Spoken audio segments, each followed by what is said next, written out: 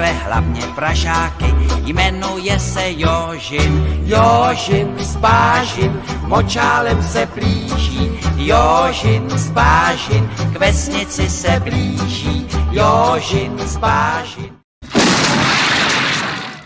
It's connecting audio. Yes. There we go. Hey, do you want to put your camera so it's like horizontal, so maybe more frame will come in there? Ooh. Yep. Nice. You're a professional. Zoom does that weird thing where if you start off like this, you look sideways at first. Yeah. So be on your obviously on your phone. Yeah. Do you like the results of it? Like, depends on the newer device. What do you Depends use? on if it's well, the phone is an iPhone 14 Pro, whereas my laptop is a MacBook Pro, but it's from 2015, so the technology is a little bit older. So I do like the phone a little bit more. Yeah. Well, welcome to the show, Spencer Kramber. We've already started. This is my 93rd episode of Breaths with Friends.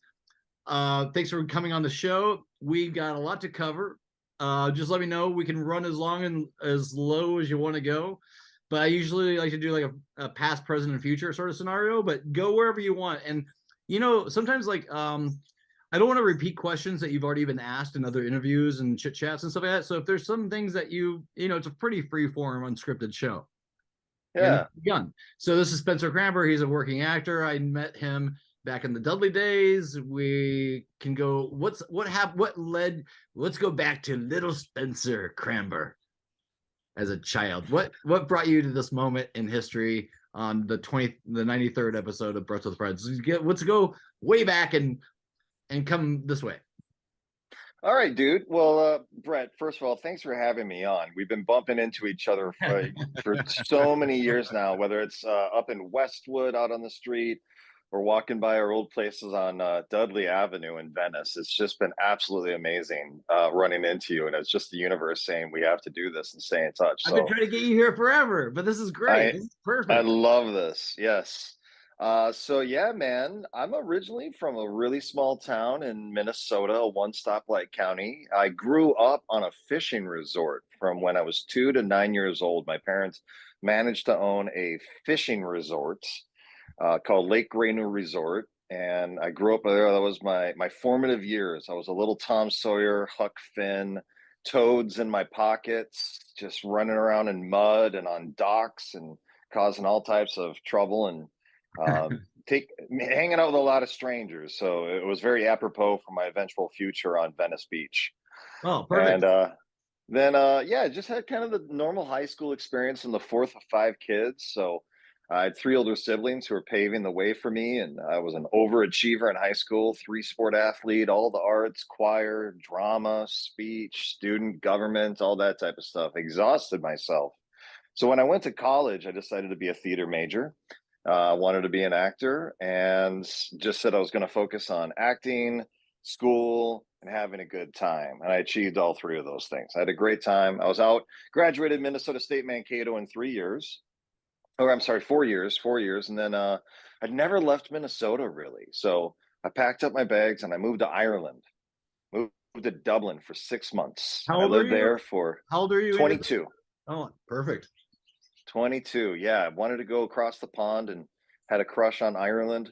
So I lived there for 6 months on a student visa. And when the visa expired, I came back to Minnesota, worked out of a suitcase for 2 years, being a professional actor, traveling around the country, doing touring theater with the Boston Chamber Theater, National Theater for Children, Shakespeare in the Park, Minneapolis. And had a great time. And I eventually applied for grad schools that brought me out to LA. I got accepted to UCLA. So I came out here, and that's when I kind of got close to you. In 2000, I started the MFA acting program at UCLA. And were you living in Venice? Were you living in Venice when you did this? So I moved into the Blue House at good old 52 Dudley Avenue in 2002. So It was right before my 3rd year of UCLA is when I moved down into 52 Dudley, and that's where we met. We were neighbors, and then yeah, man, that's a whole other conversation, whole nother world. Well, we're gonna get into that though. We're gonna get to that. graduated in '03, and this will lead into kind of like what I do now. I didn't have any jobs lined up. I didn't have any kind of like professions, just the way to pay the rent, as it were, to secure myself. So I eventually got work in casting, which is what I'm still doing today. I'm a session director for casting directors. And what happened in '03 is I was trying to find work, and I reached out to a professor, and I said, "Hey, you work at Sony? Can you get me on the lot as a production assistant, anything like that?" And he's like, "No, no, no. You got to get into casting. You got to be a reader for auditions or something like that. You've got all this acting experience." And so I started cold calling around to casting directors that I would find just through a simple Google search. And one of them, Mimi Webb Miller, I honed in on her because she lived in Venice. I was like, oh, I got it. She's a Venice connection. And I was leaving her this bleeding heart voicemail. And in the middle of it, she picked up the phone and she was like, "How can I help you, honey?" with a sweet Texan accent. I was like, "Oh my God." And she said, "Okay, come up to my office, drop off your resume, and we'll see what we can do." And I did. And I followed the advice of a friend of mine, and I stuffed it with chocolate. This is back when you had paper resumes. And I put a bunch of chocolate into the manila envelope. I dropped it off. They called me in. They trained me as a session director, but she didn't work much. So then she said, "Well, just since I'm not working this next like 2, 3 months, just come up to the studio and hang out, and something will happen. People kind of know you there now." So I did. And then the manager of the facility saw me hanging out, and he was like, "Hey, what's your story?" I told him I was looking for work. And he said, "Well, I was the assistant manager and I just got promoted to manager, and I need an assistant. Would you be interested in trying it out?" I said, "Yes." For 3 years, I worked there about 60 hours a week, and I learned everything about the commercial casting business.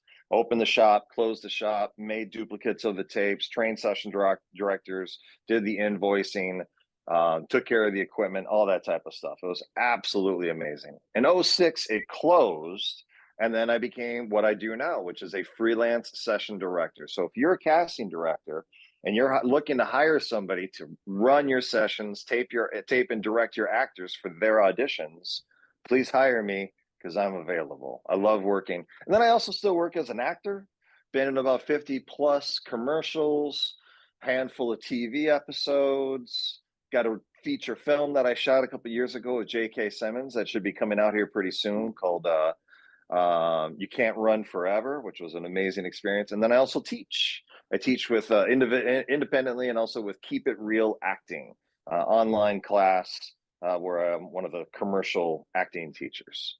That's been about what I've been doing for the last 16 years. Don't live on Venice Beach anymore. I moved out of the Blue House in '09, down to Windward Circle till 11, up to Westwood until 2017, and now I'm back here. I'm back in Palms near Culver City. And so when I saw you and I was eating at that place, that restaurant in Westwood, and you had scrubs on, what were you doing? Good. Yeah, that's a whole nother chapter. So in 2016, as we all do when we hit our 40s, I started thinking about a second career. The acting was something that I was pursuing through my 20s and 30s, and in my 40s, I had a child. Congratulations. Thank you very much. My little daughter, Beckett, in 2013, and was looking for some stability. So I went back to school to become a licensed phlebotomist, a blood draw technician at UCLA. And well, that makes perfect sense coming from Hollywood, all the vampires, you're taking blood, it was a good transition. I like to take things from people. For sure. Well, the funny thing was, I would do a lot of donations myself up at UCLA Blood and Platelet Donation Center. Just one of those things where I like to give. and and then I thought about it. I was like, wow, I'd like to get consistent work. And wow, these people see, these technicians bring somebody in, they make them feel comfortable. They walk them through a process that's pretty short. They get something from them, and then they send them on their way, which is very much what I do when I'm auditioning actors. And I was like, I could do this. And I went back to school for like 8 weeks, and I did my 100 blood withdrawals from people through my externship, and I got hired at the place where I had the idea, the UCLA Blood and Platelet Donation Center. But I only worked there for a couple of months because the schedule was so strict, especially for 6 months in like your probationary period, and you couldn't have any changes to the schedule. And being a single dad, having my daughter on certain days, it just wasn't going to work. So we decided to split separate ways. I still have my license. I'm still a licensed phlebotomist. I keep on renewing that, but I'm continuing. I went right back into casting and doing everything that I do and love, and it definitely was a better fit to keep on doing what I am doing. But actually, as an actor, or as like the Daniel Day-Lewis sort of like checking things out, you would be able to nail a role of a phlebotomist in a movie, no problem. The funny thing is how often when I was at like the UCLA hospital, I'd be wearing a white jacket and my scrubs, and I'm in my 40s, so people would come up to me thinking I was a doctor. And I was like, You're like a god yes. complex. That would give you a guy walking around in Westwood in your robes. Yes, I'm the healer. Yes. No, so and we'll get off this topic and go back to Venice Beach in a second. But how do you not get queasy on that job? How do you because I had some blood drawn recently when I got my colonoscopy, and they couldn't find the vein, and they were punching me full of holes like 7 times or something. But you're in a state of laying down. What are you're not going to run out of the room. But like I was like, they finally got to the hand. All the 1/3 doctor in the background was like, get the hand. It's always good in the hand. And so that's that one. And they got it, and that one you feel. That one you feel. Yes. Yeah. I have really good veins. So when we were in class and people needed to pass their test, everyone was asking me to be their partner. Because everyone was like, I kid you not, I would be stuck twice here. I'd be stuck over here. My hands would have all these holes, and they're like, Spencer, I got to pass this test. Can I please stick you? Because I got to make sure I can find the vein. And yeah, I got veins all over the place. I don't do too bad with queasiness. When I was in my early 20s, I also worked as a non-emergency medical van driver. I was a Medivan driver. I would drive people to dialysis appointments, medical appointments, children to the Children's Hospital back in Minnesota. So I got pretty comfortable with just being in hospitals in general, which I know a lot of people aren't, which I get. I could never be a lawyer. When the tension in courthouses, that energy, nobody is there for a good reason. Nobody is there happy or anything else like that. I've had to be in a courthouse a couple of times, and I'm just like, oh, this sucks. I would much rather be in a hospital if anything else. But making somebody feel comfortable in the hospital is definitely something that I'm able to do. Now, I didn't have to see too much. Now, just the blood is fine, but if I had to be like an OR assistant or something like that, yeah, then I might be seeing some. Or if I had to show up, like be in law enforcement and show up at houses to see dead bodies, yeah, that could be tough. I remember years ago, I was in Oregon, and it was like, I don't forget when, it's before COVID and all that stuff, and I was over there, I was looking for work, and there's this thing on Craigslist about this, to do a job where you go pick up bodies. And I talked to them, and it was like a mom and pop operation. I talked to the guy, is this a real job? Is like, he goes, yeah, they call you in when there's a wreck on the side of the road, and you pick up the body and stuff like that, or if there's a house. And we talked to the guy for like half an hour. He's an older gentleman. But I was like, for a second, I was contemplating doing it, but then I was like, the realization of it, like going into somebody's apartment and flipping over a bloated dead body and trying to get out of there. I was like, oh, I mean, this is somebody's job to do this. And I mean, I don't know, man. That takes a different kind of break. Do you think is there a connection between being a very disciplined actor, or is there a same sort of gene in that as there is in doing the technical kind of work it takes to be in the medicine world? Well, yeah, that's a great question, man, because I think as an actor and an artist, life is just research. So anything that I get put into, I just look at it as an opportunity to expand who I am, my personality, my experience, and apply it to whatever I do as an artist, whether it's playing a role or anything else like that. So when I was in high school, kind of junior high, so I started off in Boy Scouts in like 5th grade, and I became friends with all these dudes. And we, of course, all had crushes on the whole ultra male action movies of the 80s. Rambo, Commando, Schwarzenegger, Stallone, all these type of things. Cobra, gotta love Cobra. That car was so sweet, and the glasses and everything. The toothpick. Gotta have a toothpick. And we got into very much like a military fetish throughout junior. We got BDUs and Atlas gear, and we had the guns. We looked crazy. And we'd go out and do like hikes in the middle of the night in Minnesota in the winter, and we did all these like fake military operations. And we weren't like we were making bombs and stuff, but just to like blow up garbage cans and stuff like that. Today, we totally would have been on a list. We completely talk about that. We would have been on a list so quick. And the police department did know us. Well, a lot of the guys eventually went on to have military careers in the Army, a couple of major lieutenants. Shit. You guys are blowing shit up as a kid. Yeah, you guys were totally. They just kept it going. You like that's like. Had a where else are going to go with that? And the group, and they all came back to me and said the shit that we were doing in junior high and high school was a lot cooler than what they ended up doing in the actual military. But I realized I don't really want to do this. I just like playing pretend. Yeah. I like just so anything that I do, I also just I'm like, okay, this isn't really what I'm doing. I'm just kind of playing a role right now, which maybe isn't what you want to hear from somebody who's sticking a needle in your arm. But I'm not being a brain surgeon or anything like that. And I was able to find veins pretty good. I think the thing that made me most comfortable as a phlebotomist was just making people feel comfortable. Yeah. And so you've been acting for like a really, really long time. And I think when I first met you in Venice, I didn't realize that. I'm only realizing that right now because I thought you were just another actor and stuff like that. But how would you it's almost like a two-part question. Like growing up and around that area and having that at the time that you had that as the age you were and doing things you were doing in the industry. Cut to 2023. How can you give us the major changes that you've seen doing what you do and being in that world and the internet coming and then coming into, now where Zoom and all these different medias and which everyone's got a podcast and all that shit and so many ways to distribute content. Can you just give us like what you've learned in a nutshell with or your observations during that, like journalistically and then I also want to get into after that the discipline that is taken you to do what you do and also remain creative. Absolutely, dude. And nailing it right on the head.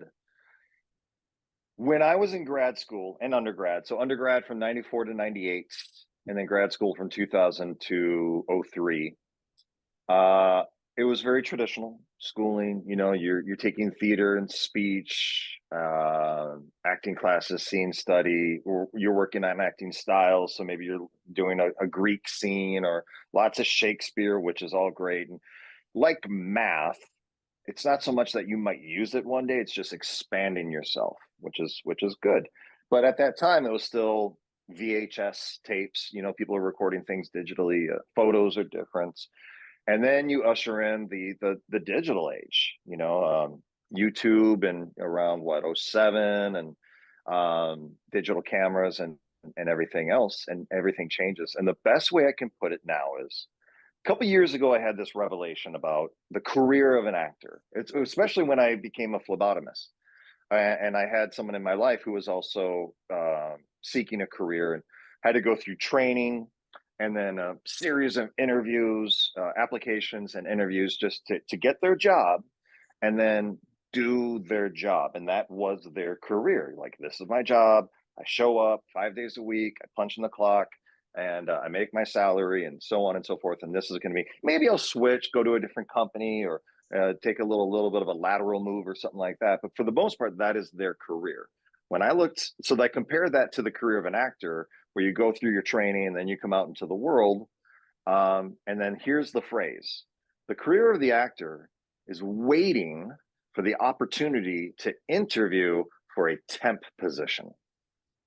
All acting gigs are temp positions, unless you're one of the 6 voiceovers on The Simpsons or Pat Sajak or Vanna White. they're all temp positions. They happen for a little bit, might be a day, might be maybe a couple weeks if you're on a film, or a couple months. If you're lucky enough to land a recurring role on a television series, then it's a couple years. But they're temp positions. And that was really daunting to kind of put into that frame of reference. I was like, wow, if you're looking for stability, this is not the career for you. And that, I suppose, could be kind of related to a lot of different things. What I shared that once with a friend of mine, Alex Chiano, and he had this great perspective on it. And he goes, I told him that, and he just said, well, stop waiting. And his point was, we are in an era now where you can self-create. And that's something I think a lot of people aren't teaching. A lot of universities, if they are smart, they are starting to teach this. Let's stop the waiting process. How do you self-produce? How do you write for yourself? Shoot for yourself? Market for yourself? Direct, edit, put the music together. Everything is there now too. These phones, these cameras have better cameras and technology on them than a lot of things. People are shooting entire films on their phones and putting music to it and everything else. And then you have all these platforms, Instagram, Facebook, TikTok, that you can self-produce and show yourself on, and all these other type of things. So it's all there now. The thing is, actors just traditionally haven't thought that way. They always just thought of themselves as the talent and the performer, and they're looking for someone else to do all the production value around them. And we have to change. That is what has changed, my friend, is that we have gone from just waiting for the opportunities to now you really have to create the opportunities yourself. There's still the traditional path of, I get an agent, I get a manager, I wait to get the email notification from them. Hey, you have an audition. And that still very much happens, and it's great. But if it doesn't, what are you doing to get yourself out there? Are you creating little videos? Are you doing stand-up? Are you finding places where you can go perform and kind of do your own performances? So that's the main thing I've noticed. Now, you've also worked with talent, and I know you're an artist as well. Have you kind of discovered that for yourself in that kind of like digital transition? Have you heard that from other people, or Yeah, what's kind of your intake? I mean, yeah, it's that, but it's the same. The form has changed, but we're still doing the same shit. Even when I was a young artist or filmmaker, I was still producing and creating paintings and little movies. So it's the same thing now. It's just been retrofitted. I think it's been opened up. Like, I remember growing up and going, because we used to have HBO and the zoom in on which look like you're flying into the vortex of the HBO silver logo. And, love that intro. Yes. Yeah, they did that with like silver. I saw the making of that. I'm a cinephile by baby. I love like Ray Harryhausen and anyways, all the Chuck Jones, Tex Avery, the Kandinsky, Van Gogh, the Da Vinci. Anyways, all those influences, Rosetta, Ralph Bakshi, all those things. Like, people are still creating content. It's just we have more tools to do it at a cheaper thing. Like, I remember creating portfolios. You'd get the book. I'd get the pictures of my paintings blown up to like 11 by 14 or 12 by 16 or something like that. So it was loaded. And I'd make physical copies of the scripts, all these posters, all these things. Now it's like the same thing, but it's opened up. And I don't think that we all wanted to have our own network was the point. We all wanted to have our own television network, like a SCTV or something, Python or something. That was I don't know. BW. Yeah. And now Brett we Woods. have that. And now we have that. And now we have that. We really do. We have it. And I don't think it's a bad thing. It's just you remember that famous Francis Ford Coppola quote about where the next revolution in filmmaking was going to come. Like, he did this answer to this question, like, and I'm probably butchering the hell of it, but this was like 25 years ago. Where's the next revolutionary filmmaker going to come from? And he goes, probably like a 14-year-old girl in the middle of nowhere. And that was like 25 years ago. So this is not, it's just having more playful tools to extend and tell the story and create new media, which is changing the face of the complete entertainment landscape. And to your point, you're doing that now. This is your podcast. Would you say 93 episodes? Yeah, I baby. mean, this is it. You've created your own content, and kudos to you, man. You stopped waiting, like you said. You produced it and created it, and so you're a living testament to it. Well, we'll see. We have a small but vigilant viewing audience, and we're growing. And I think it's about the capturing moments, really. These are time capsules. You know, I got like 30 or 40 hours of video that I shot in Venice that I haven't edited yet, you know, of interviews and time capsules. But like this takes very little effort. People want to do these things in person, but it's easier to do it this way. And actually I like the format of it. It's simple. Mhm. You know, we don't need bells and whistles. It's not what might make an interesting conversation and a relatable situation. Also, I'm learning a lot as well. And also, And you what's can nice, edit and do it yourself, and you don't need other people to do it. and what I do like about this now too is when it comes to the publicity elements is that we are able to amplify. I love amplifying. I have somebody who I'm passionate about and I see what they're doing as an artist, as a creator, whatever it might be. And I'm able to say, you know what, I have this number of followers. I'm going to share what you're doing and I can amplify your message, your vision, whatever it might be.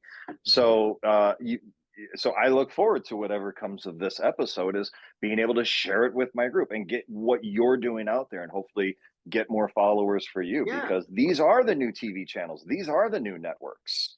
Well, I And can't we even only watch streaming. People are like talking about streaming. Have you been watching the streaming thing, streaming this? I don't have Game of Thrones ruined that for me. I was so emotionally invested in Game of Thrones, and when that took a dipshit down like the crappiest, like my heart broke.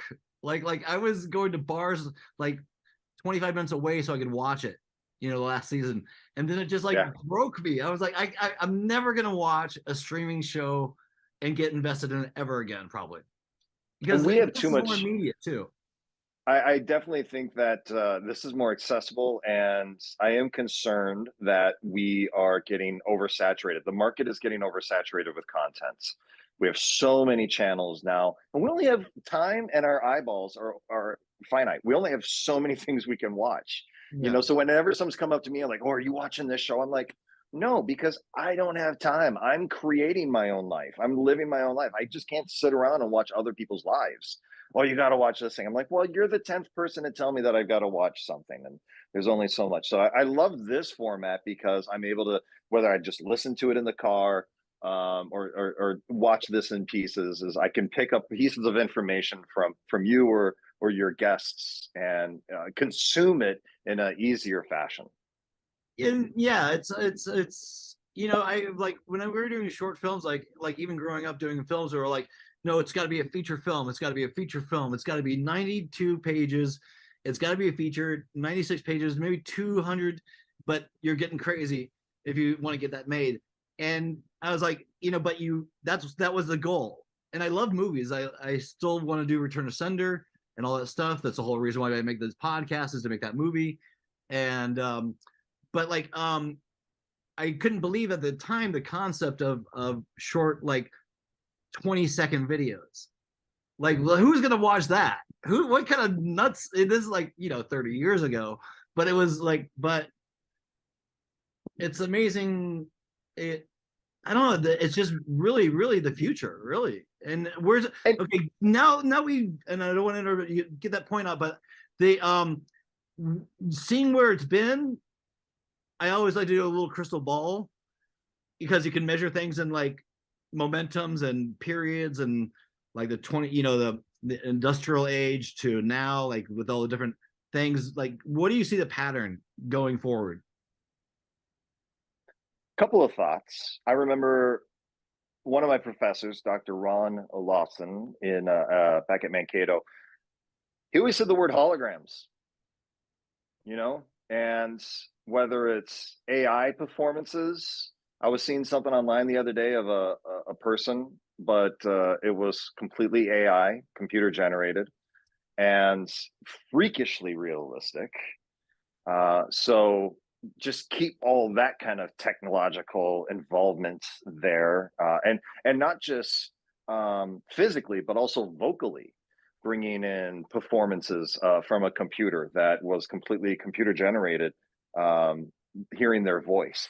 So whatever that might entail, just as the career of an actor, how soon we might just be completely replaced by computers or holograms, who knows? Instead of going to see a play with live performers, we might be seeing a play where it's just a hologram of a performer.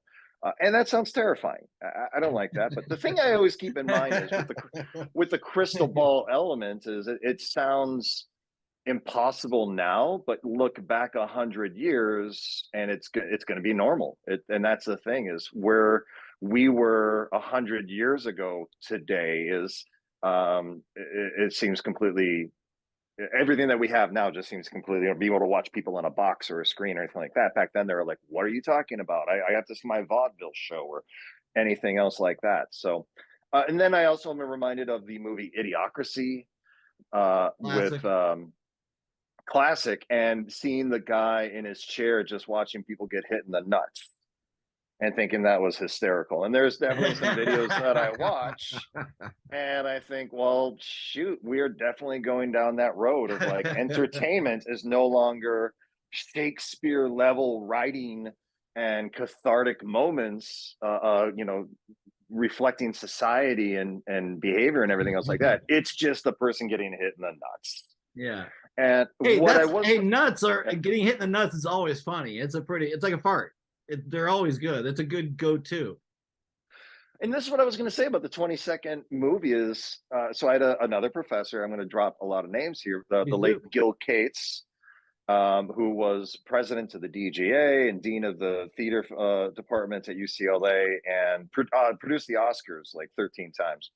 And he always pounded into us this simple storytelling elements. No matter what you're doing as a storyteller, whether it's a 90-page feature or a 20-second video, as long as you have exposition, conflict, and then resolution.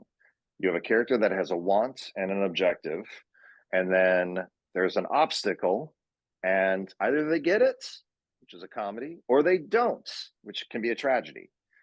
That is what captivates our human nature. That is what will draw us in. And even if it's a 6-second old Vine video, two people walking by a pool, and then a person pushes the other person in, and how that other person reacts to it, and how the other character reacts to it, and they keep on living their lives. And that is what draws us in. And as long as we have that, and that's where I get concerned when, I have a daughter, and you're talking kind of about the future, and she likes to watch content on like YouTube Kids, and it's not vetted with some of these platforms. Anyone can put up anything. The only way it's vetted is by people saying they like it or they don't. So it's all just public opinion now. But if you're watching something on Netflix, Disney Plus, one of the network streaming services or channels or something like that, there's a group of people who are collaborating to discuss the merits of this project. You have the writers, they bounce it off producers and directors, and then you have sound people who are coming in with their opinions, and everyone's trying to figure out, what are we trying to tell the story here or whatever else. Where if you're a creator on YouTube and you just create your thing and you put it up there, is there a storytelling element to it, or is it just one person? I think of the unboxing videos. You have a person who I want to open up this box and see what's inside of it. We have a character with that. They open it up, and now the conflict is, are they going to like it or not? And they have to check it out, and they're looking at everything. That's the obstacle. And then there's a resolution at the end. I like it or I don't. Yeah. Which is a whole nother element that our society is falling into, where everything is either great or it sucks. And there's nothing in the middle anymore. It seems like you can't go to a movie and walk out and be like, it was fine. It was good. And if you say that, people immediately think, oh no. Yeah. Like that. What a horrible, that sounds awful. I'm like, no, I didn't say it was awful. I said it was just fine. I'm not saying don't go see it. And I'm also not going to pedestal it as the greatest movie ever. But we've really fallen into that mentality, which can be dangerous. Sometimes I think it's okay for things to just be okay. I saw an interview with Marlon Brando the other day, and Connie Chung was saying, you're being touted as the greatest actor ever. And he's like, that's wrong. I'm an actor, but to say I'm the greatest, that the pressure that puts upon somebody. And here's what's really going on with the mentality of the youth in our generation. It's easier to be horrible than great. So kids will fall into this trap, and people and kids of all ages, 8 to 80, will fall into this trap of like, well, since I can't be the greatest because that takes too much work, then I might as well be the worst. And I think that's a really dangerous mindset that we have. So it all kind of connects together. Is we see horrible content, then we strive, we lower our standards. But when you're reading Shakespeare, really amazingly produced content, then we strive to match that. Yeah. And I think that's what we got to keep on doing, is reaching for those stars. A lot of stuff there to unpack. Sorry. No, a lot of things you want going to keep your feet on the ground and your eyes towards the stars. Yeah, very much. Always. Yeah, it's but and while you're talking about that, I was like, that's always there's just a lot of creativity going on at once, and there's gonna always be the sparks that shine and fall into the the collective consciousness, and then people grab it and they don't. But that there are always peaks and valleys and everything. But it is celebration of mediocrity. But that's just a genre now. That's just you can do that and watch, The Bachelorette or whatever. But I don't think it's necessarily bad. But you're not going to stop. It's not stopping at this point. But the last movie I wanted to see, and I saw it twice, and I did a review of it. To 2 different reviews. There's a 2D review of Avatar 2, and then a 3D mushroom review. Because when I saw it in 2D. I had to I didn't pick out the seats. I was with a group of people that I would have waited and seen it in 3D on IMAX. And so it wasn't a big baseball screen, but I liked it 2D, but the dialogue sucks, the story is mediocre, but the visuals are still there. And I was like, I'm gonna have to take some mushrooms and see this in 3D, because I think this would be a good idea. Because if I can get past the other stuff, it might be amazing. And so, in fact, it is a 3D mushroom movie. Because the visuals alone, if you do it right, is great. It's 3 hours. It's a good, do a mushroom, whatever your dosage is, like 20 or 30 minutes beforehand. It's 3 hours, and you're right in the pocket.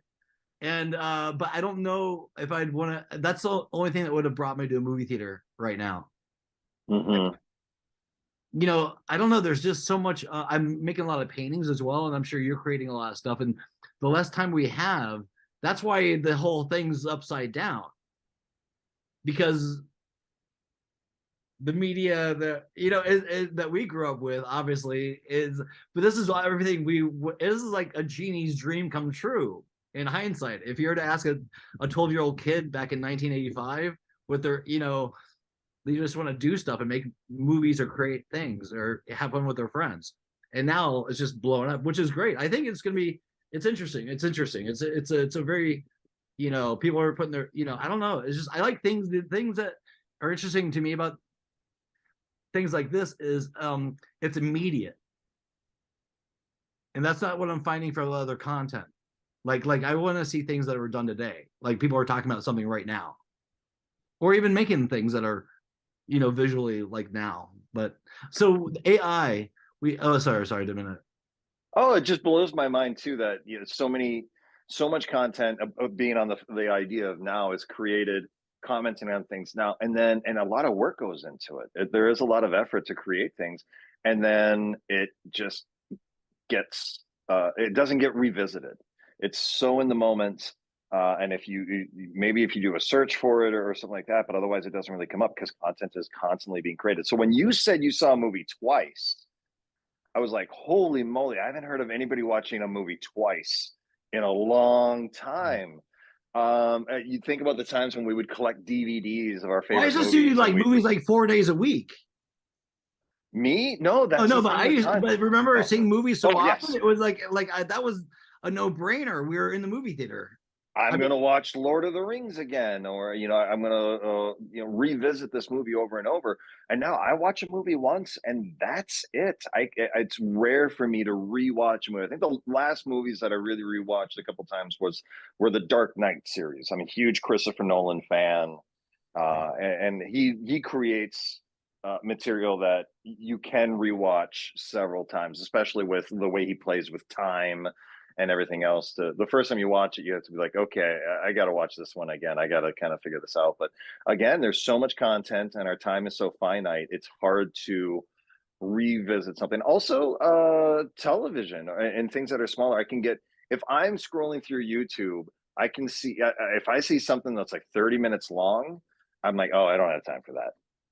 But if it's 5 to 10 minutes, I'm like, okay, I can squeeze that in and get a couple of, 3 different stories in 30 minutes versus just one story in 30 minutes. So I definitely find that, and that's the whole swipe mentality. I can get all this entertainment in just one after another in 1 minute, just swiping through, watching a funny little video. If you're walking down any street on any given day, down an alleyway, or if waiters or bartenders taking breaks in the alleyway, or people from Jamba Juice are like underneath a palm tree for 10 minutes, they're on their phone. And there's hey, can you talk? I have to take a piss. Pause it. Take a pee? Commercial break. We'll be right back after this. Bingo. 1 second. And if you want to talk about any projects we can grab a video of something and show it. So if you want to introduce something, give me 30 seconds, 60 seconds. No worries. I'll tap dance here. Yeah. I don't know if we're still recording on. It's a beautiful day out here in Palms. Blue skies. We've been having this rain. I'm just talking to the audience now. Hi, everybody. It's blue. We've been having all this rain here for the last number of days, and it's been really nice. There's been some flooding, and some people don't like it, but we really needed this weather. And look at this. The sky is so nice. I wonder if I can flip this. Let's see. I tell other people how to do this. Yeah, there's that little camera right up there, and that's my kitchen. And then you can just kind of zoom in. Look at that. Yeah, nice. Big old billowy clouds, palm trees off in the distance. I'll flip it back to me. A lot of people don't know that. I was just doing a whole bunch of casting the other day where I had to get families to pretend like they were just in their natural environment playing games and such. And I had to teach everybody how to flip their camera. That was pretty cool. Oh, I turned off my video. Here, let me put that back on. There we go. Did I miss anything? I showed your audience the sky, the beautiful blue sky today, and we talked about the rain a little bit. And I taught them on your Zoom, you can flip your camera if you're on a phone, so that way you can shoot what you're seeing.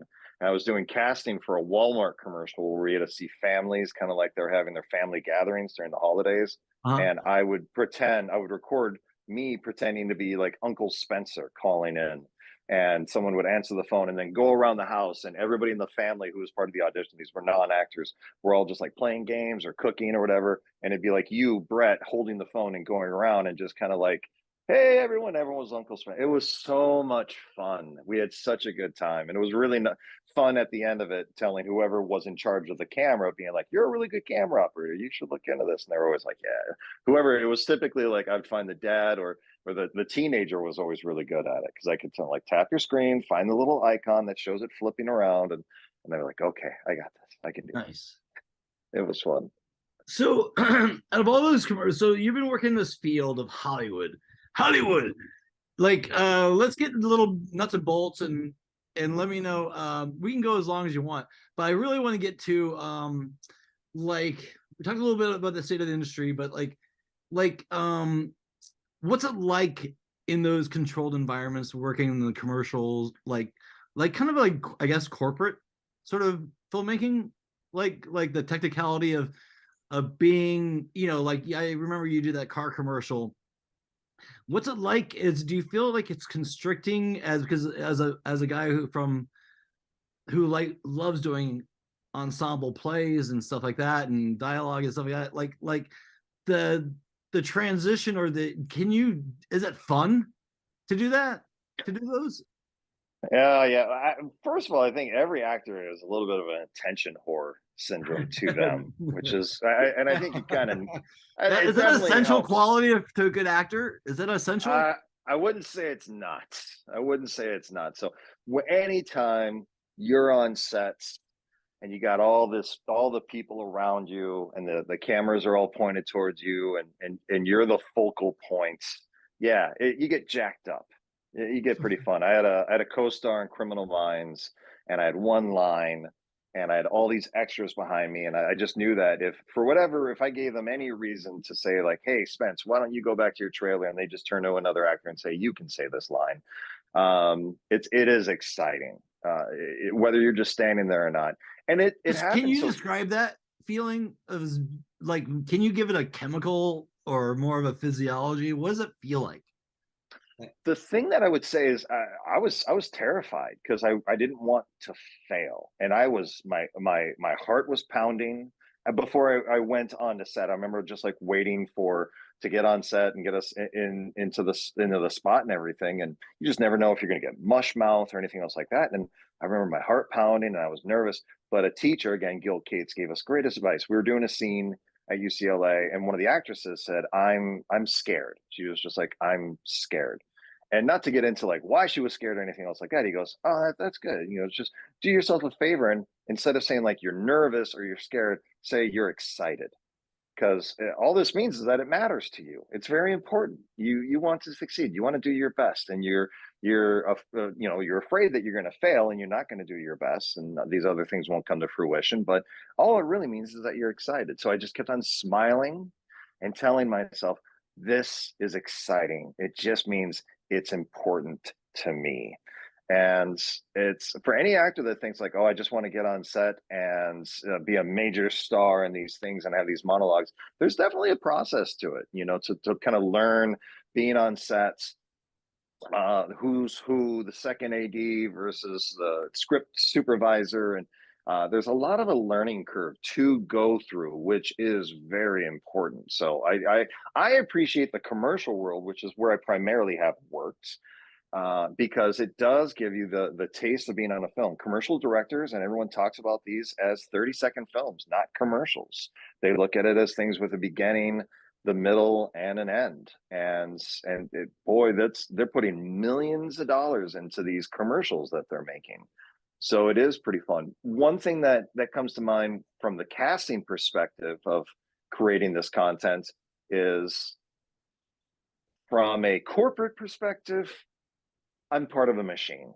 Whether I'm casting a commercial, I'm acting in a commercial, I'm teaching people how to do it, I'm helping McDonald's sell more burgers. And if you want to go down the rabbit hole of they're cutting down trees in the Amazon to do it, or whatever it might be, I'm selling cars for a car company that's polluting our ozone and whatever else. Yeah, it's not the most noble of things. So a long time ago, I looked at it a very macro perspective, and I was like, boy, I'm shelling for more, moving more product. So then I looked at it at a micro level.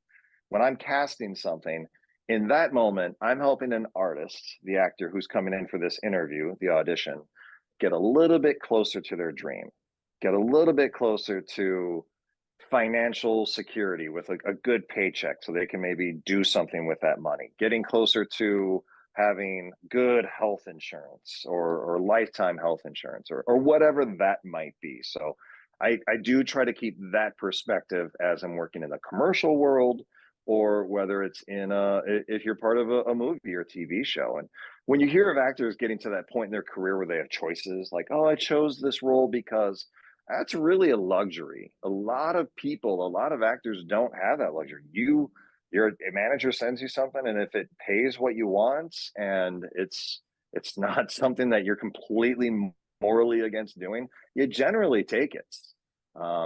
And because the opportunities are so few and far between to work on things, that you got to be in a pretty good position to say, "No, I'm going to pass on this because it doesn't feel right for me." And that is empowering to be able to do, and you should have that type of power.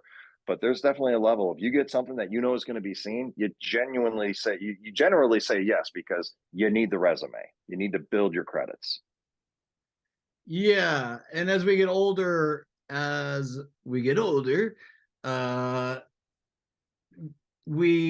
for me personally, let me know if this reflects on you, how you feel about it. But like, I guess I'm okay doing what I do, creating art and making my little movies. I did them all my life so far. I'm not going to stop now. I mean, and so the pull to be in that arena that I grew up with as a child, had, at the silver screen, everything was bigger than life. And getting to know it, even like in my adolescence, I knew when I was making movies that you're not going to be able to enjoy them as much because you're going to know how they're made. And but so every once in a while, when something does come and triggers me to like, oh, that made me feel like I was like 12 years old again. That's what we propelled us to do what we do, whether it was, creatively or what influenced us there. What were some of the things that influenced you to do that? Like movie stars or templates of people's careers, or, it sounds like you kind of made an agreement with yourself at an early age. Two things I would say, and they're not really connected. One was stand-up comedy. And I've never been a stand-up comic. I did 3 minutes of an open mic one time, and it was terrifyingly exciting. I would do it again. I was actually emailing with Flappers today in Burbank about taking a class. I just saw a friend, Rebecca Davis, do her first sets up at Flappers, and was very proud of her. And it's such a simple medium: person, microphone, if necessary. Stripped down to the bones. It's very, very Really down to it. Love it. Love it. And I think, and it is a good avenue for people wanting to get their content out and hopefully try to get to a point where they can be seen and do things. So I grew up watching, when I was in like fifth grade, HBO had that thing, and they would do a half hour comedy hour and stuff like that, Def Comedy Jam. And I just loved, I watched the Comic Relief with Robin Williams and Billy Crystal and Whoopi Goldberg. Rodney Dangerfield introduced so many talent, and then all the characters back then, Dice Clay, Sam Kinison, Richard Lewis, Judy Tunda or whatever with the accordion, and Tenuta, thank you. Just all these characters. It was such a fascinating time. And for me, and he's definitely been taken out of the system, but Bill Cosby and his old albums, don't like what he ended up doing, but his content was amazing. He was a great storyteller. That was Norm's bit. Norm Macdonald would always like, he's my favorite comic. He's my favorite comic in the world. He's the best. And I have an affinity for the comedy world as well, because it is a family, and like none other. Like I used to work at a comedy club called The Last Laugh in San Jose. I was the door guy. This is like, I was probably like 22 or something like that. It was a dream job. And I got to meet all these comics, and I did demo reels for probably over 50 comics, because I was also going to film school there at West Valley. And I would edit and distribute. I would shoot their reels and their sets. And I got so insaturated. And some of my writing partner for Return to Sender, Steve Oakes, was in comedy for 25 years. Anyways, and Paul Provenza has been on the show. Anyways, the thing is, it's a family. It really is a family. It feels like I'm more so connected to that world in the entertainment world, like Mel Brooks, who's probably my favorite human being of all time. And it is you feel safe here in a weird way. I mean, I've met all sorts of comics but there is a familiarity with them, a kinship that I've always shared with that world. Now, the second part from my youth that I just discovered probably about a year ago. One of the YouTube rabbit holes I go down to visit my youth is old school wrestling, right? 80s WWF, all that stuff. Because I was a kid, I loved Saturday Night main events and the WrestleManias, and I wanted to be big and strong like Hogan or whatever. So I see an Andre. Oh yeah, Macho Man. And I see, YouTube knows me too well. They'll be like, Spencer hasn't been on here. Let's send the algorithm will send me an Andre the Giant's. How many, cans of beer did he drink one night? And I just fall down this rabbit hole. And now, being the thespian that I am, I realized that it was entertainment at the time. And I was more fascinated by the stories that were being created and choreographed and the characters that were out there versus just the brute wrestling or anything else like that. That was just a conduit. That was just the backdrop for these soap operas that were being played out. And I have a the request. I have a request. Yeah. I want you to continue what you're saying, but I also want to grab your most favorite clip in wrestling history, and I'll grab it and I'll edit that into this video. Okay, that'd be great. And maybe you can narrate and talk through it, but we'll put it over top. But the one that comes to, boy, there's so many, and maybe I'll have to send you a couple. The greatest wrestling match, I think it was from WrestleMania 3, was between Ricky the Dragon Steamboat and Macho Man Randy Savage. There was referee Dave Hebner doing a tremendous job in this title matchup. I don't think so. Contrarily to what Jesse the Body Ventura thinks. Oh, look at that leverage move. Saving himself with that leverage move with that handful of tights. As the Dragon, I don't know, Jess, couldn't tell from my vantage point that he rammed the steel post as well. I couldn't tell either. But he's hurting, and Macho needs to do something right now. Macho Man in control once again of this matchup. A reversal, another reversal. Oh, inadvertently rammed right into the referee. Hebner's down and out. Clothesline by Savage. Both men right for the picking, Jess. But look at referee Hebner's down and out. He's out of it. Macho's going to the top. He's going to the top. If he hits him with the elbow, it's over. Macho Man poised in his favorite position, bombs away. He got it. Nailed him with it. 1, 2, 3. There's Where nobody is there to that count referee? Dave Hebner is still out of it. Macho's won this match, Monsoon. Knocked unconscious. There's Hebner now. Macho Man just turned him over, trying to slap a little life into him. Macho's going up again. He's going to really do him in, though. He's going out to the... What's he doing? He's going out. Where's he going? He's trying to get the bell away from the timekeeper. That's how we originally put the Dragon out of commission, Jess. He's going to do it again. Hey, there's the animal. The animal snatches the bell. And he gets nailed by the champion. And Hebner just now making it to his feet, and Savage has got the bell back. Give me a break. Look at that. Oh, flagrant interference from the animal outside. pushed him right off. I think the bell rammed Savage in the head, Jess. But the champion's still in control now. A small package by the Dragon. No! He got him. I can't believe it. History is made. You talk about a miscarriage of justice, Monsoon. Flagrant outside interference on the part of Animal Steel. History made here in the Silverdome, part of WrestleMania 3. The winner of this contest and new Intercontinental Champion, Ricky the Dragon Steamboat. Standing ovation by this capacity crowd. Elizabeth was in tears. Ricky the Dragon Steamboat, the new Intercontinental Heavyweight Champion. Well, all I gotta say, Gorilla Monsoon, is that Steamboat better cut that belt in half and give half of it to George the Animal Steel. Because without Animal Steel's flagrant interference, Macho Man Randy Savage would have won. He had Steamboat pinned for 30 or 40 seconds, deny that. But the referee was out of it, Jess. I'm not denying that fact. A miscarriage of justice. There he is, the reigning, current Intercontinental Heavyweight Champion, Ricky the Dragon Steamboat, along with George the Animal Steel. something about it was like a ballet in the ring, just the physical wrestling as the performers. They really put on an amazing show, and I've heard other wrestling fans say that that's one of the greatest just actual wrestling matches of all time.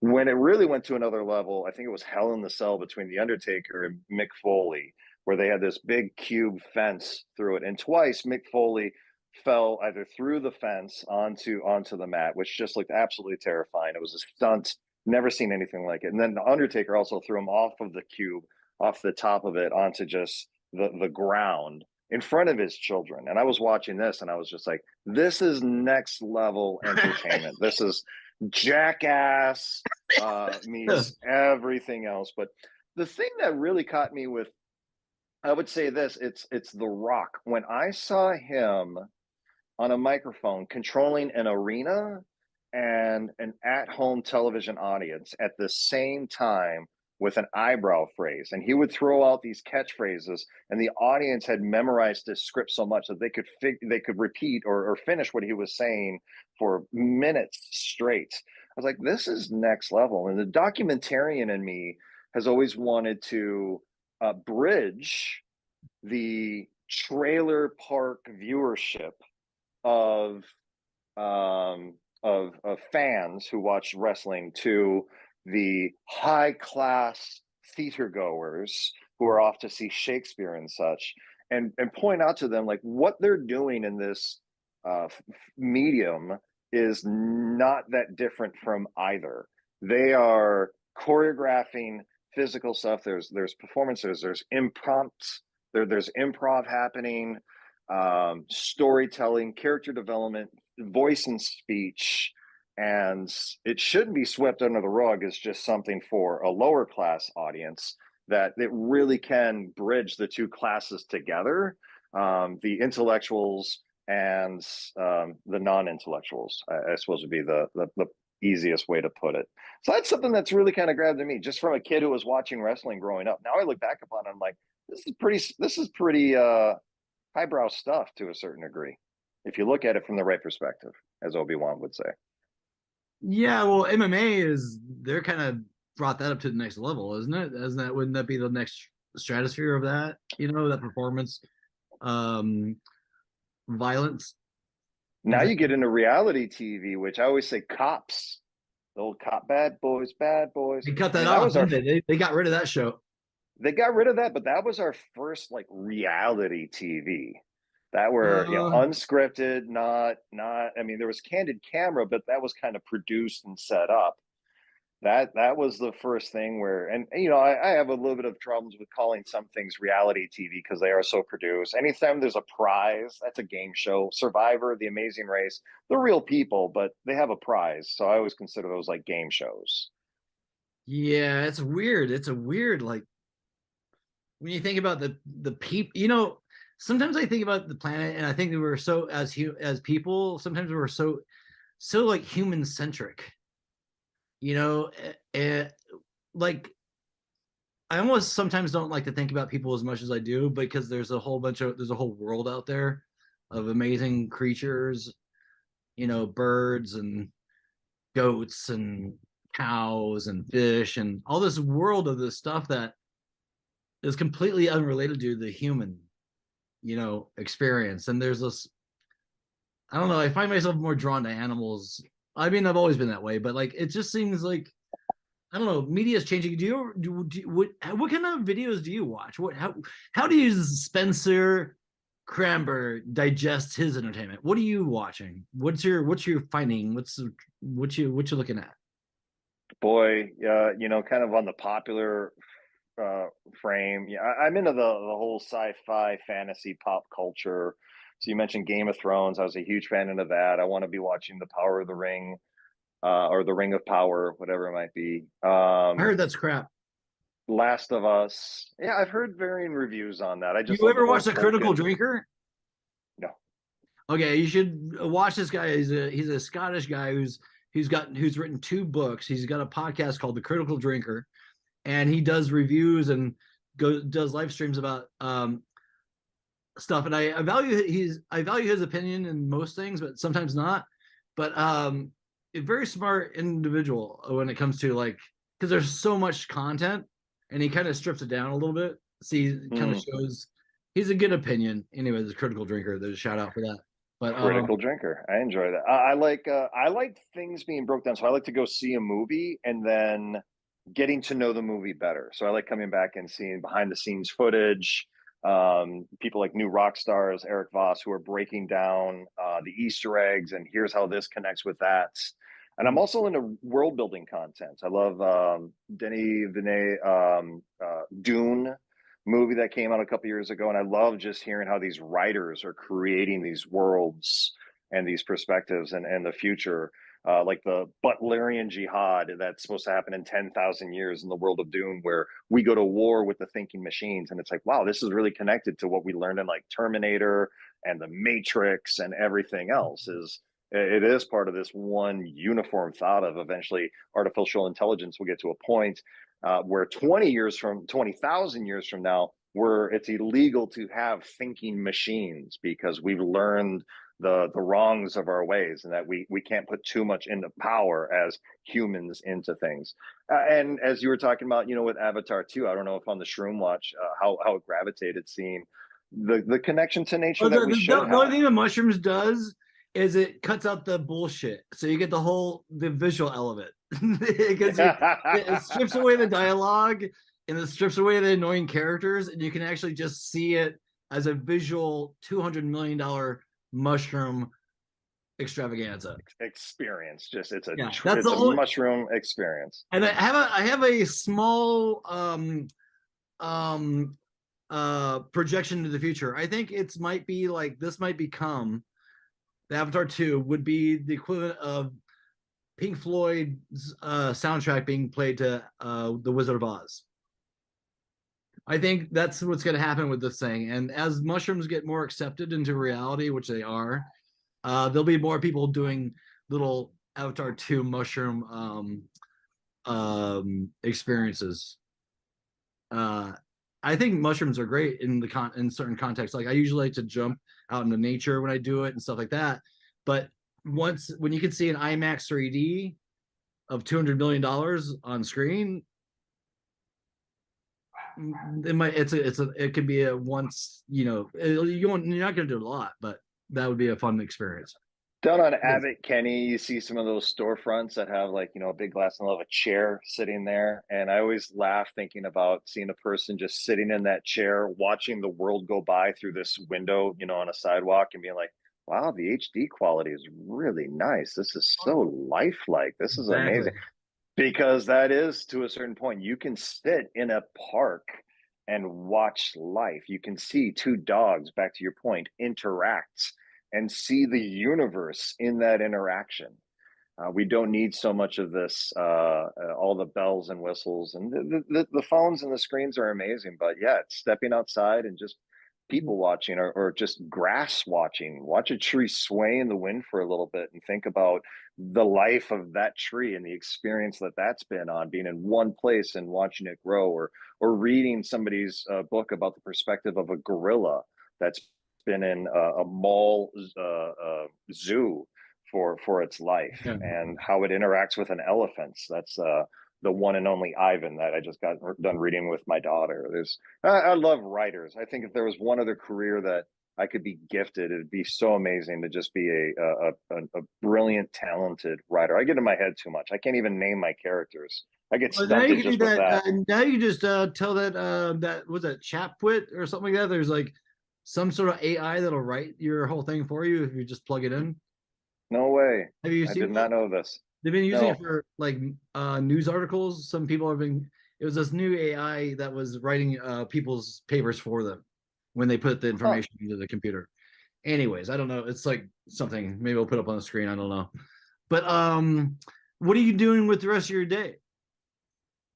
What else am I doing with the rest of my day? Connecting with some students. So, like I said, I go around and I teach.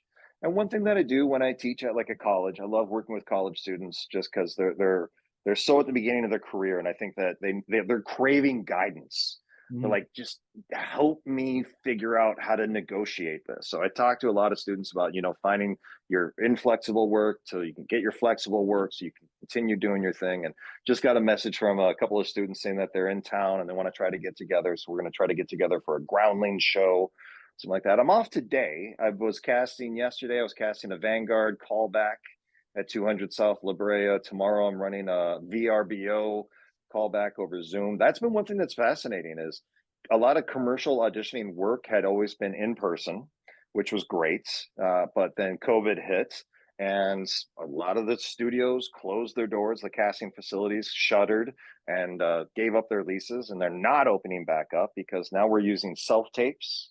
So every actor has now got their home set up with their lights and a backdrop, and they're figured out their camera and how to edit, or they're auditioning via Zoom, where they're hopping on a Zoom call like this and being directed by someone like me, and I'm recording it and putting it up on a website for the producer and advertising agency and the director to watch. So I'll be doing that tomorrow for a VRBO audition, and Friday hopefully working.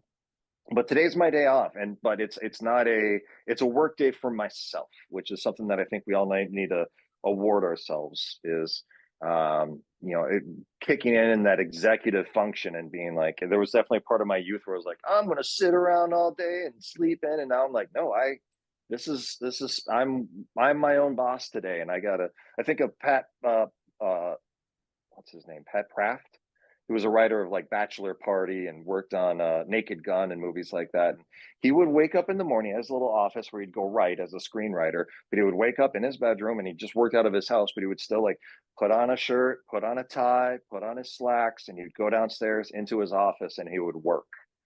And he still treated it like a business, where he got dressed up and everything like he was going into an office back in the day. And I kind of admire that. I like that mentality. I'm wearing shorts right now underneath this, button down I'm not worried. shirt. I'm Donald ducking it right now. I have nothing underneath this. This is You're Pooh Bearing it? Yeah, I'm Pooh Bear. And I think there's something. So yeah, the rest of the day is going to be, I'm going to go to the gym, keep myself healthy, wealthy, and wise. What's your, okay, I got 3 or 4 different more questions before I let you go. First, what are you eating to stay in shape? And second, what do you recommend as the best way of learning your lines? Oh man. Let's start with the lines question first, because I do have a little bit of a teaching lecture on this. When you do a play, your aunts come and see you and they pull you aside and they're like, oh my God, that was so great. You did so good. How do you memorize all those lines? I grew up in Minnesota. And our egos kicked in. We're like, oh, learning my lines is one of the last things that I do. It's the character. It's the least important. It's the character that I develop in my. I've connected with a parrot, and that's part of this. And I'm like, no, it is so important to memorize your lines and to learn how you memorize your lines, because we all do learn differently. So to say like, oh, and you can grab bits and pieces from people. I think Anthony Hopkins literally recites his line 1,000 times. He just goes around and says it and says it and says it and says it. And that's his approach. If I get a script, let's say I get a scene and it's a multiple page scene. And what I do, I've developed my own technique where I go through and I read it a couple of times, and then I break it up into beats, and I try to make them into palatable sizes. So let's say there's 20 lines, and I'll probably break it up into, just being a little bit of a math person, I'll break it up into 5 lines 4 times. And I'll try to find where there's a little bit of a beat change that the writer has put in. Somebody walks in, there's a discovery, something like that, or the subject changes. Yeah, so there's a beat. So, and then I'll be like, okay, here's 1, here's 2, 3, 4, 5. I've got 5 different sections, about 4 lines. I can memorize 4 lines. I can get that down. So I start at the beginning, and I just repetition. I try to find the nuances of the lines. If there's imagery in it, I'll draw a circle around that, so that way I can really kind of put some like alligator brackets. If there's if something repeats, there's a word. I try to see like what breadcrumbs the writer has left me. If they use the same word twice or something like that, or if I'm repeating something that somebody else says, I try to connect those thoughts. And then I get those 4 lines down until they're to a point where it's just like, okay, I got those 4 lines, do it a couple more times. And now I'm going to add on part 2. And I'll work on part 2 individually, get that down. All right, got that to a point. Now I'm going to tether part 1 to part 2. Now I got that whole segment, and I'm going to just rehearse that. And now, okay, I feel good with those 2 parts. Now let's focus on part 3 by itself. Work. Got that down. Now let's add on to 1, 2, and 3 until I've got all of the scene down. So I kind of work through it. So I break it up into palatable pieces. What's the timeline on that? What's the timeline of that? What you just described, how long does it take? Maybe 30 minutes to an hour. Really? Depending upon how much I'm really focused. And as I've gotten older, I've become less bogged down in the specifics. And I realize that if I focus on the kind of the imagery of what is happening in the scene, I can get it a lot quicker. That's been a talent that I've been able to pick up. And if there's a monologue, if there's a big chunk where it's just really, I'll kind of work that on the side because I'm like, okay, that's just me kind of free flowing. So I got to really kind of dive into that, and I'll just kind of put that in wherever. If I'm doing a play and I have a monologue, I'll start working on that right away. I won't wait until I get to that point of the script. I'll usually start kind of put that off to the side. And if I need a break, another little trick is working late at night. I'll work on lines before going to bed, and I'll be tired. But I wake up in the morning, and I'll be in the shower, and all of a sudden be like, "Oh, what was I working on last night?" Da da da da da da da, and it just flows out of me, and I'm like, "Oh wow, my brain really processed it and absorbed it in the middle of the night, and I'm able to retain it and Wow. regurgitate it a I lot think that's better a then." talent. So That's a talent within itself. Much like that Meg Tilly once said, they asked her a long time ago how she memorized her lines, and she goes, "That's the least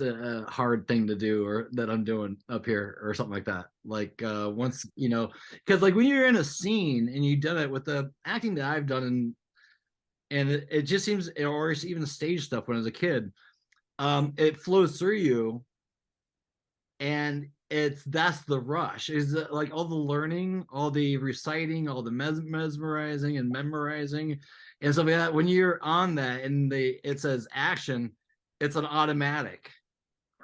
yep. Here's the phrase that I learned and I adopt. First, you want to learn the lines, and then you forget the lines so you can play the lines.